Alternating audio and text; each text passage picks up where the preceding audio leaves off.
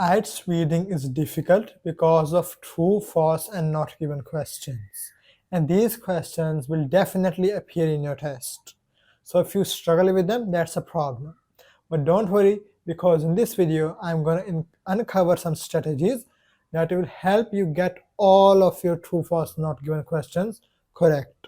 So let's start with the first step, which is first read the question and then the passage. Here most students, as soon as they receive the reading passage, they just start reading the passage before reading the question. And that's something that you should avoid. Because if you read the whole passage and by the time you move towards the question, you will have forgotten what was written in the passage. And then you again have to read the whole passage in order to answer the question. So first read the question, highlight the keywords there, and as the question statement is usually a single line, it will be easy for you to remember it. And then you move towards the passage and read the passage. Usually in the first 4 or 5 lines, you'll get the answer and you will save a lot of time. Then you should skim and focus. Keep on skimming through the paragraph, and if you feel like there is a sentence where this answer to the question lies, stop there. Slow down, read that sentence very carefully, understand it, and you will find the answer.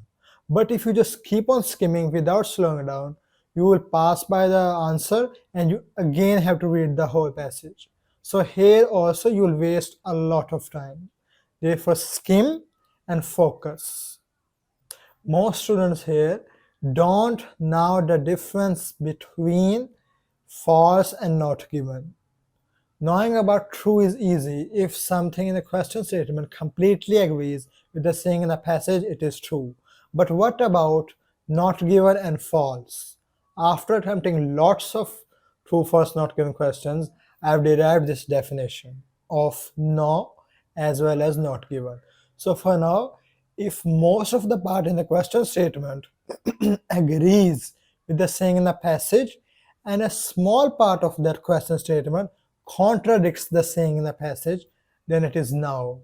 And about not given, if some portion of the question statement agrees with the portion in the passage and most of the portion is not available in the passage, then it is not given. Now here focus on the word not available. This means you don't have enough information to say whether it's true or false.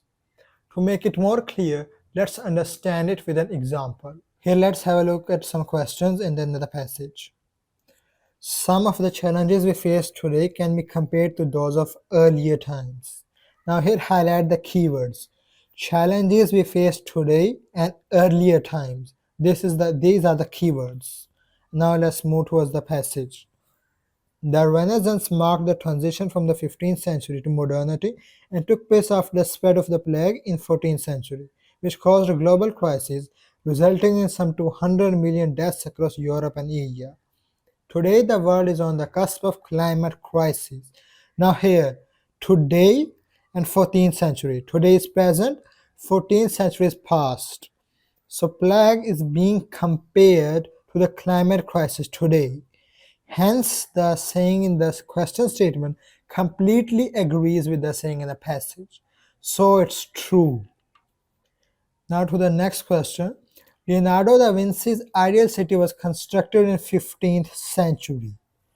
Here the keywords are ideal city and 15th century. Now towards the passage. Around 1486, after a pestilence that killed half of the population in Milan, Italy, Leonardo turned his thoughts to urban planning problems. Following a typical Renaissance trend, he began to work on an ideal city project, which due to its excessive costs would remain unfulfilled. Here, unfulfilled is the major decider. It tells you that the project wasn't constructed. So here is a contradiction. Therefore, it's false. The next question. People first referred to Leonardo da Vinci as a genius 500 years ago. Here the keywords are first referred and 500 years ago. Now towards the passage. The word genius is universally associated with the name of Leonardo da Vinci.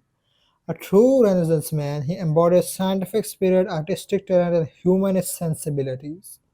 500 years have passed since Leonardo died in his home at Chateau de Cloyes outside Tours, France. Yet far from fading into insignificance, his thinking has carried down the centuries and still surprises today. So here 500 years is mentioned and genius is mentioned. But it is nowhere mentioned that people first referred him as a genius 500 years ago. Only 500 years have been mentioned. So there isn't enough information to say whether it's true or false. Hence, it is not given. Furthermore, keep it in mind that all the options will be used. True, false, and not given will be used. And this strategy can be really helpful if you are struggling to find an answer to a single question. Let me clarify it with an example. Suppose these are the questions A to 13, and you answered the questions 9 to 13, but not given, false, false, false, and not given. Now, what could be the answer to the question 8?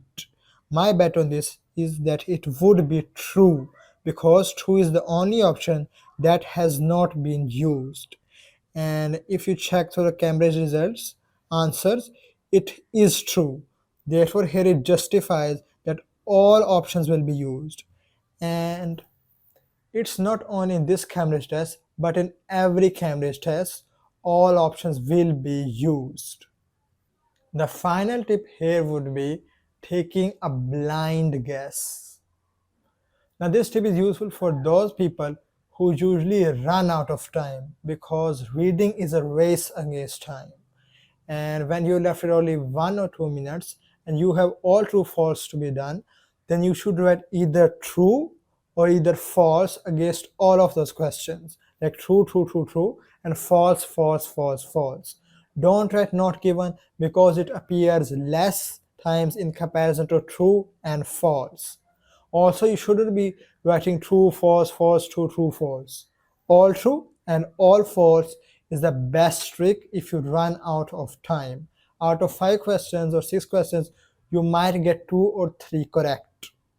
And if you're watching the video till now, thank you very much for watching. Make sure to give this video a thumbs up, share it with those who need it, subscribe and press the bell icon so that you get notified of every video that I upload on this channel. Take care. Allah Hafiz.